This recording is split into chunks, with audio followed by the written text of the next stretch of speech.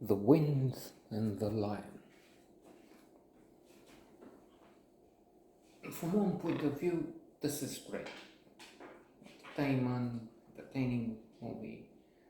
Sean Connery, Claire Conley, legendary artist who has done recently. I mean, not yesterday, still. It has a complex, difficult role, but he can do it, of course. In that he is both dashing, charming, brave, impressive leader,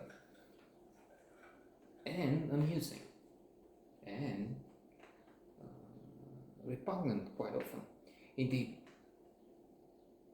So, from one point of view, this is wonderful.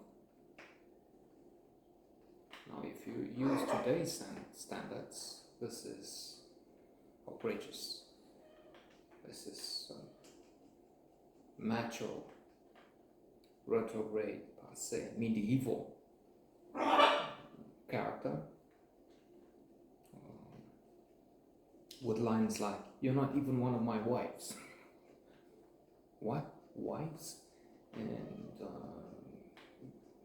speaking of taking advice from women, that's not what we... It's anathema, it's opprobrious, it's abject, impossible. Albeit he's taking the stand because these are the traditions, these are the stupid rules of that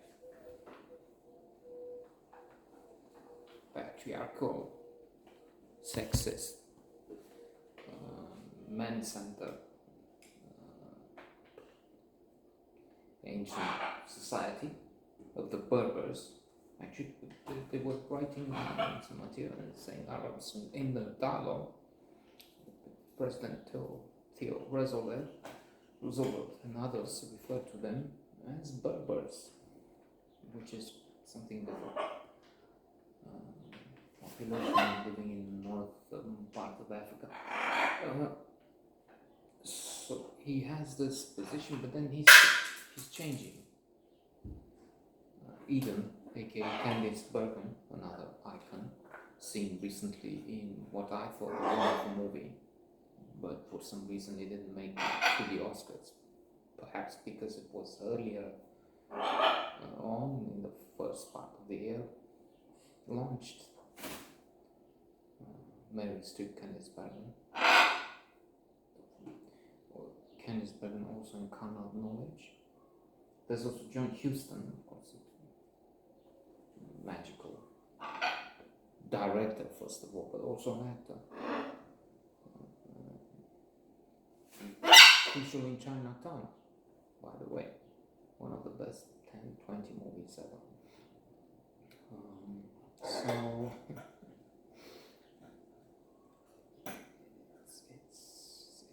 it's a strange concoction, a strange mixture of captivating action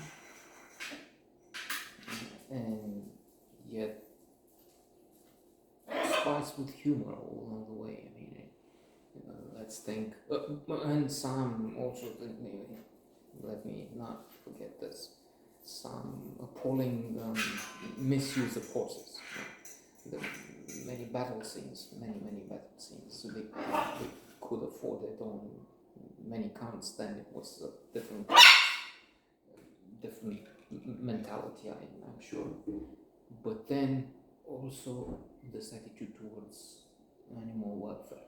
I mean, these horses are, many of them killed afterwards, I'm sure, because they're made to jump, fall terribly. There's no way many of them did not break their legs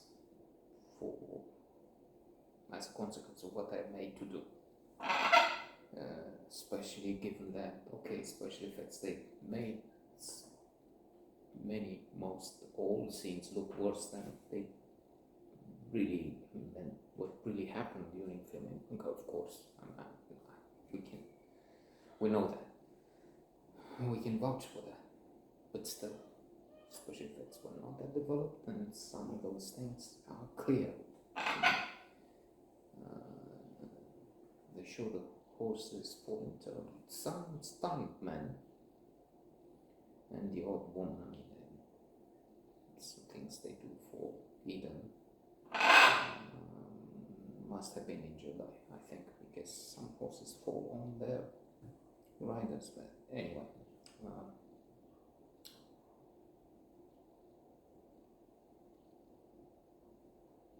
there's the moment when Eden, with her children, tries to run away, has an arrangement with some fellow, takes a bribe, but then he's playing the double act. He's betraying her too.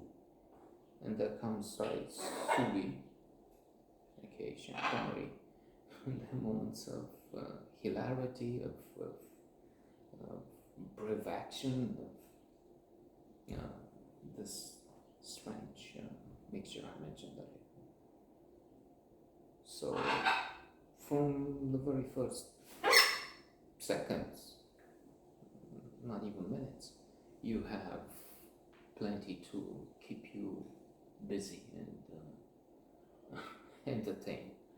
There's this invasion of the mansion of Eden and her husband, and her husband is shooting with a pistol a few men on horseback, but then eventually he is killed with a sword. Eden and her two children, a boy of 10, 12, and the daughter who is a little younger, are taken in by Sully and his troop. And then it becomes a big thing in America, where Theo Roosevelt mentions them very often. There's even an American intervention, as with two companies taking over the Morocco government. Theo Roosevelt is an important part here. In some strange ways, he talks about the bear. He has an obsession with it. He was a hunter with the bear, how majestic it is, how more representative of the American people, brave, strong, dashing, but also alone, because people in the world don't want America to become stronger, was he saying? Anyway, and the bear would be a better symbol than that stupid eagle. That's the representation of the bear. No, don't eat the painter makes the bear. No, don't like that. He's showing, he puts himself on a table or something, and he shows and growls the president. Did that happen? I have no idea, but it makes for some strange scenes, episodes. There's the Stockholm syndrome. Eden most likely falls for Sully, who's also handsome on top of some of his qualities. Quite a few doubtful, just depending on your perspective. The beginning of last century, 2021. No way. I mean, for a woman, modern woman, this age.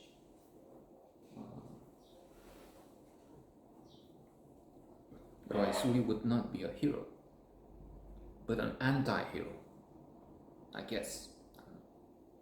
But Eden, when he is, as a result of a betrayal, he is brought in, he wants to give them back, I mean, to have them return to America, to their home. but he is in fact taken prisoner. So Eden is leading a movement with help from the American troops, that's true. But they're in fact outnumbered grievously, seriously by the Germans, part of that operation. So she takes the charge to liberate her captor, former. Anyway, very good fun, some would say. Outrageous hero, anti-hero, others will convince you.